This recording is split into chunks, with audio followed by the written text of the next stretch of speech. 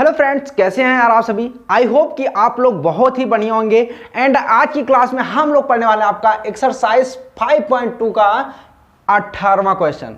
इसके पहले हम लोगों ने 17 के 17 क्वेश्चन पूरी तरीके से सॉल्व करे हुए हैं यार, जो कि आपको लिंक दे दूंगा प्लेलिस्ट का डिस्क्रिप्शन में, से वहां जाकर के देख लीजिएगा। क्वेश्चन को अभी हम सॉल्व करेंगे, इसको समझेंगे क्या चीज है। लेकिन उससे पहले यार आप सभी का बहुत बहुत वेलकम है आपकी अपनी स्टडी गढ़ फैमिली में। चलो अभी इस क्वेश्चन को हम सॉल्व करते हैं।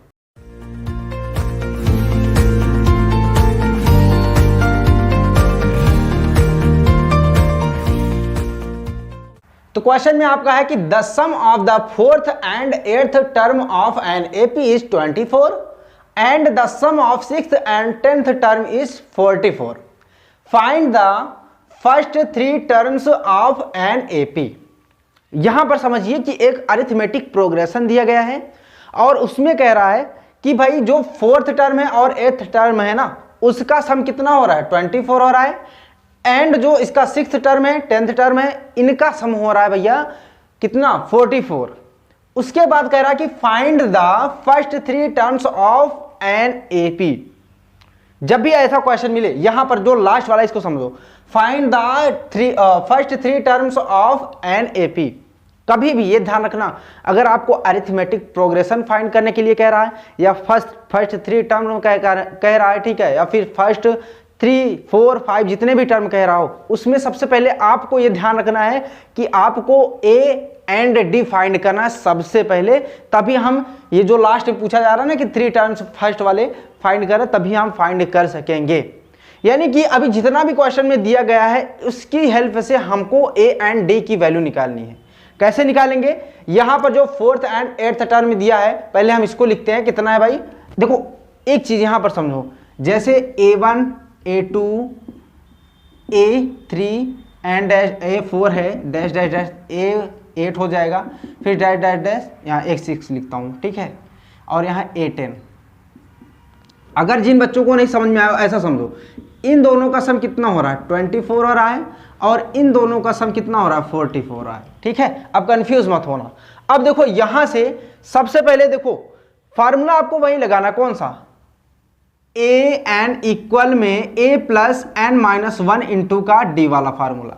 कैसे भाई, nth टर्म के लिए होता है, ऐसे ही फोर्थ टर्म है तो फोर्थ टर्म का भी हम ऐसे ही रख करके निकाल लेते हैं। देखो तो क्या हो जाएगा, फोर्थ टर्म की अगर हम बात करें तो होगा A4 इक्वल में ए प्लस एन माइनस 1 इंटू का डी, एन की जगह पर सॉरी यहां पर क्या रहेगा आपका 4 है ना, एंड उसके बाद आ जाएगा आपका a प्लस 3d। तो ये हो गया आपका A4। ये इसको मान लेते हैं फर्स्ट इक्वेशन। समझो अब इस बात को कि यहाँ पर जैसे अभी हमने इस पर भी चर्चा करा हुआ था कि जैसे यहाँ पर A4 रहेगा ना, जब इसको सॉल्व करेंगे तो यहाँ उससे एक कम आएगा। तो इसी तरीके से हम A8 का भी निकाल लेते हैं बिना सॉल्व करे ही। ये हमको पता है a प्लस, अगर यहाँ पर 8 है तो यहाँ 7d हो जाएगा, ये इक्वेशन सेकेंड हो जाएगा। अब ऐसे ही सिक्स्थ टर्म का निकाल लेते हैं तो A6 आपका हो जाएगा a प्लस 6 है तो 5d, ये हो जाएगा आपका थर्ड इक्वेशन, ठीक है। ऐसे ही आपका A10 भी निकल जाएगा, a प्लस यहां पर 10 है तो 9d हो जाएगा, ठीक है। अब बात करते हैं जो क्वेश्चन में आपसे पूछा जा रहा है, ये तो अपने मन से हम लोगों ने करा हुआ है, ये खुद आपको सोचना पड़ेगा। अब लेकिन क्वेश्चन में जो दिया है ना उसी के अकॉर्डिंग करेंगे। देखो क्या कह रहा है कि भाई फोर्थ एंड एट्थ टर्म का जो सम है वो भाई 24 आ रहा है। तो अकॉर्डिंग टू क्वेश्चन यहां पर हम लिखते हैं अकॉर्डिंग टू क्वेश्चन। क्वेश्चन के हिसाब से क्या कह रहा है कि भाई fourth term and eighth term का मतलब कि A4 प्लस A8 इक्वल में 24 हो रहा है। A4 की जगह पर आपको पता है भाई a प्लस 3d है, a प्लस 3d, और इक्वल में नहीं अभी, और A8 की जगह पर है आपका प्लस का a प्लस 7d इक्वल में आपका हो जाएगा 24, ठीक है। अब इसको सॉल्व करते हैं। देखो a प्लस a 2a हो जाएगा एंड 3d प्लस 7d कितना हो जाएगा, 10d हो जाएगा, इक्वल का 24 हो जाएगा। अब इसको भी हम इक्वेशन मानेंगे या फिर अभी मत मानो। देखो यहाँ पर भी 2 कॉमन है, यहाँ पर भी 2 कॉमन है, तो यहाँ पर भी 2 कॉमन है, तो 2 हम कॉमन कर लेते हैं, या फिर ऐसा समझो 2 से डिवाइड कर देंगे, तो यहाँ पर बचेगा आपका a प्लस 5d इक्वल में 12 हो जाएगा। अब इसको हम 5 वाला इक्वेशन मान लेंगे, ठीक है। अभी अकॉर्डिंग टू क्वेश्चन ये भी कह रहा है कि 6th term and 10th term का जो सम होता है वो 44 हो रहा है, तो सेम ऐसे ही इसको भी रखेंगे। तो यहाँ पर a6 प्लस a10 इक्वल में किसके है 44 के, तो आओ रखते हैं a6 की जगह पर आपका है a प्लस 5d और plus a plus 9d equal में हो जाएगा आपका 44, ओके। एंड इसको भी अगर देखो हम ऐड करते हैं तो 2a हो जाएगा, प्लस का यहाँ पर भी आपका 9d प्लस 5d 9 5 14d हो जाएगा इक्वल का 44। 2 से इसमें भी हम डिवाइड कर देते हैं, तो यहाँ पर हो जाएगा a प्लस 7d एंड यहाँ पर 22, इसको मान लेंगे इक्वेशन 6। अब क्या करेंगे, इन दोनों इक्वेशन को आपस में हम सब्ट्रैक्ट करेंगे। इसको तो अभी आप इसके आगे तो कर ही लेंगे खुद से ही, तो यहां पर हम लिखेंगे भाई subtract equation first from equation second.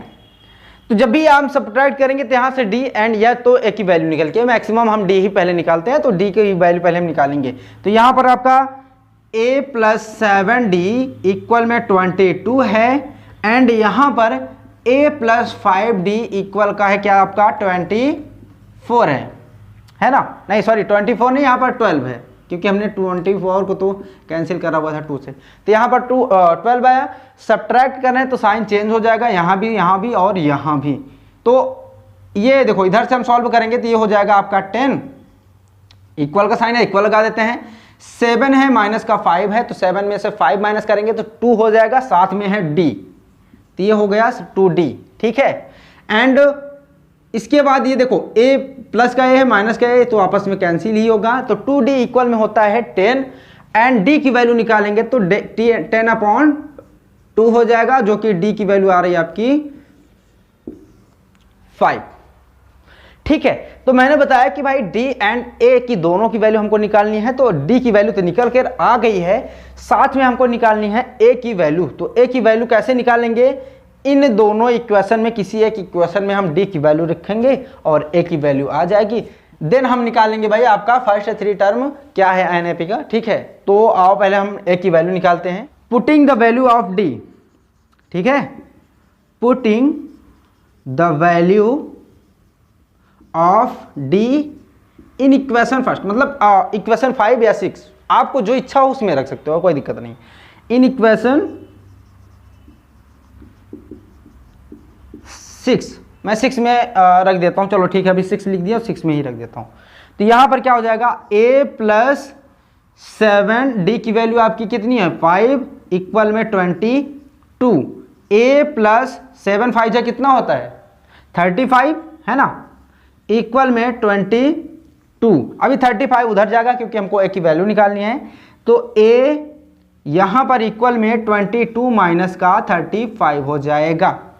अब देखो यहाँ पर 22 में से 35 माइनस होगा ही नहीं, तो ये 35 में से हम 22 को माइनस करेंगे तो कितना होगा 22 8 8 5 कितना होता है 13, तो यहाँ पर a की वैल्यू आ जाएगी अगर हम सब्ट्रैक्ट करेंगे 13, लेकिन साइन किसका लिखा जाएगा, जो बड़ा नंबर है, बड़ा नंबर क्या है 35, 35 के आगे क्या है माइनस, यहाँ माइनस लगा देंगे, तो a की वैल्यू क्या आ गई माइनस का 13, ठीक है। अब यहाँ पर देखो कि a की वैल्यू आ गई माइनस का 13 एंड d की वैल्यू आपको पता है। अब हम फर्स्ट 3 टर्म इसके निकाल सकते हैं, कैसे, फर्स्ट आपका टर्म तो यही हो जाएगा माइनस का 13, एंड आपको पता है भाई जो कॉमन डिफरेंस होगा वही को हम ऐड करते जाएंगे आगे, बस हो जाएगा आपका। जैसे माइनस 13 है, इसमें हम 5 ऐड करते हैं तो कितना हो जाएगा, देखो यहाँ से कन्फ्यूज मत होना, ऐड करने के लिए हम कह रहे हैं, बट यहाँ पर माइनस है तो ये सब्ट्रैक्ट होगा।